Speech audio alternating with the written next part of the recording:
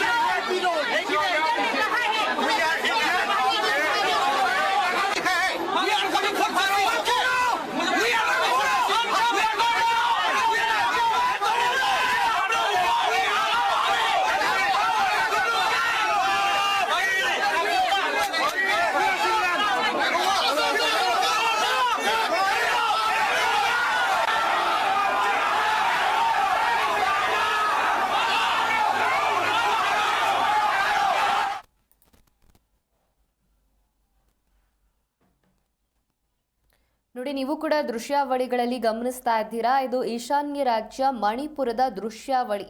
ಮೈತೇಯಿ ಸಮುದಾಯದ ನಾಯಕನನ್ನ ಬಂಧನ ಮಾಡಿದ್ರು. ಅದರ ಹಿನ್ನೆಲೆಯಲ್ಲಿ ಇದೀಗ ಈಶಾನ್ಯ ರಾಜ್ಯ ಮಣಿಪುರದಲ್ಲಿ ಹಿಂಸಾಚಾರ ಕೂಡ ಭುಗಿಲೆದ್ದಿರುವಂಥದ್ದು.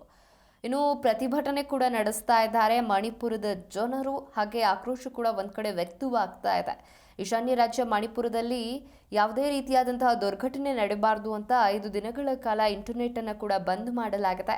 ಮಣಿಪುರದ 5 ಜಿಲ್ಲೆಗಳಲ್ಲಿ 5 ದಿನ ಇಂಟರ್ನೆಟ್ ಅನ್ನು ಬಂದ್ ಮಾಡಲಾಗಿರುವಂಥದ್ದು. ಹಾಗೆ ಮುನ್ನೆಚ್ಚರಿಕಾ ಕ್ರಮವಾಗಿ ಇಂಟರ್ನೆಟ್ ಸಂಪರ್ಕವನ್ನು ಕಂಪ್ಲೀಟ್ ಆಗಿ ಸ್ಥಗಿತಗೊಳಿಸಿದ್ದಾರೆ. ಮೈತೇಯಿ ಸಮುದಾಯದ ನಾಯಕನನ್ನ ಬಂಧನ ಮಾಡಿದ್ರು. ಅದರ ಹಿನ್ನೆಲೆಯಲ್ಲಿ ನಡೀತಾ ಇರುವಂಥದ್ದು ಈ ಹಿಂಸಾಚಾರ. ಇದೀಗ ಹಿಂಸಾಚಾರ ಭುಗಿಲೆದ್ದಿದೆ ಅಂತಾನೆ ಹೇಳಬಹುದು. ಇನ್ನು ಪ್ರತಿಭಟನೆ ಕೂಡ ನಡೆಸ್ತಾ ಇದ್ದಾರೆ. ಅದರ ಜೊತೆಗೆ ಆಕ್ರೋಶ ಕೂಡ ವ್ಯಕ್ತವಾಗ್ತಾ ಇದೆ. ಜೊತೆಗೆ ಅಂದ್ರೆ ಇದೆಲ್ಲದರ ನಡುವೆ ಇಂಟರ್ನೆಟ್ ಅನ್ನು ಕೂಡ ಇದೀಗ 5 ದಿನಗಳ ಕಾಲ 5 ಜಿಲ್ಲೆಗಳಲ್ಲಿ ಕಂಪ್ಲೀಟ್ ಆಗಿ ಇಂಟರ್ನೆಟ್ ಅನ್ನು ಸ್ಥಗಿತಗೊಳಿಸಲಾಗಿದೆ.